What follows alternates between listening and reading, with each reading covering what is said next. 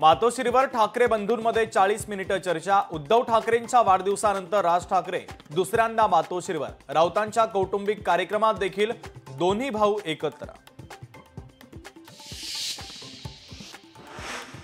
Anil परबांनी विलेपार्लेच्या SRA मध्ये बिल्डरकडून 2 Mercedes मिळवल्या। रामदास कदमांचा आरोप, तर आरोपांवर उद्धव ठाकरे का बोलत नाही, कदमांचा सवाल।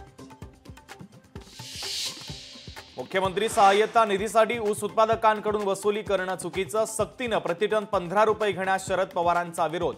मुख्यमंत्र्यांना फेरविचार करण्याचं आवाहन, तर पंचनाम्याने राज्याला अहवाल अजून केंद्राला पोहोचलाच नसल्याचेही केले आरोप। शेतकऱ्यांसाठी मदत एफआरपी मधून नाही तर कारखान्यांना होणाऱ्या फायद्यातून। फडणवीसांचं स्पष्टीकरण, काटा मारणाऱ्या कारखान्यांना बघून घेतो असंही स्पष्टीकरण। आजवर अनेक राज्यकर्ते आले पण साखरेचे भाव पडलेले असायचे। शरद पवारांचं नाव न घेता अजित पवारांचा टोला, तर भाकरी फिरवली नाही की ती करपते, एकनाथ शिंदेंचाही टोला।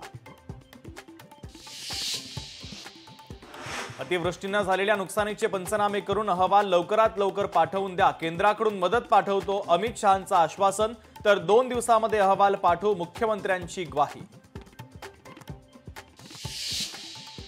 अहमदनगर आणि औरंगाबाद शहराचं नाव आम्ही बदलून दाखवलं। छत्रपतींचे अनुयायीच हे करू शकतात, अमित शहांचा उद्धव ठाकरेंना टोला।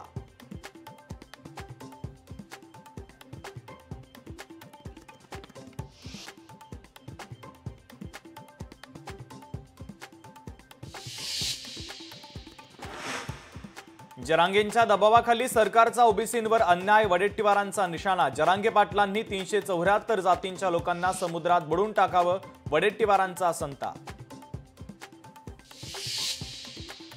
धाराशिव, लातूर आणि बीड जिल्ह्यांना पुन्हा पावसाचा फटका। नद्यांच्या पाणी पातळीमध्ये वाढ। पावसानं सोयाबीनसह अनेक पिकांचं मोठं नुकसान।